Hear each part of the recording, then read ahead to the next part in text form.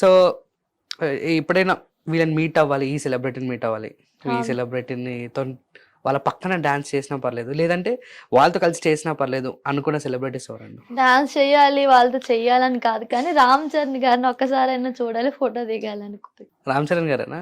రామ్ చరణ్ గారు ఎందుకు ఏంటి దాని reason? నాకెందుకో తెలీదు, బాగా ఇష్టం. బాగా క్రష్ క్రష్ కాదు, ఇష్టం. ఇష్టం ఎందుకు? క్రష్ అనేది వేరు ఉంటది కదా, ఇష్టం అంటే నాకు ఆయన స్మైల్ బాగా ఇష్టం. ప్యూర్ అంటే ఒరిజినల్ గా ఉంటది, అది ఆర్టిఫిషియల్ గా ఉంటది. రామ్ చరణ్ గారు అనగానే మీ కళ్ళల్లో అండ్ నవ్వుల్లో గ్లో వచ్చేస్తుంది. అంతే, నేను ఫోటో చూసినా కూడా నేను అలా ఉండిపోతాను. అలా చూస్తే చాలా ఇష్టం, చాలా అంటే చాలా. త్రిబుల్ చూసారా అయితే?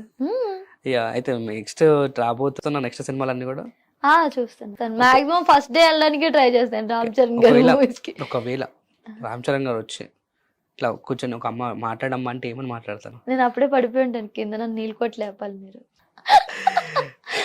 ఖచ్చితంగా పడిపోయి ఉంటాను నేను. ఇది ఫేస్ టు ఫేస్ వచ్చినప్పుడు నేను ఇంకా అక్కడ ఉండలేను, ఉండలేను అసలు. కాదు, ఉండలేరు అసలు, ఉండలేను, పక్కా ఉండలేను. ఒకవేళ నిల్చున్నారు, లైక్ నీళ్ళు కొట్టి లేపాను, అప్పుడు వాట్ యు డు?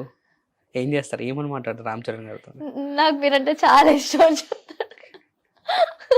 ఈ ఎక్కువ సినిమాలకి ఏ సినిమాకి బాగా అంటే సాంగ్స్ లో కూడా ఫేవరెట్ సాంగ్స్ ఉంటాయి, ఏ హీరో సాంగ్స్ ఎక్కువ డాన్స్ చేస్తారు మీరు?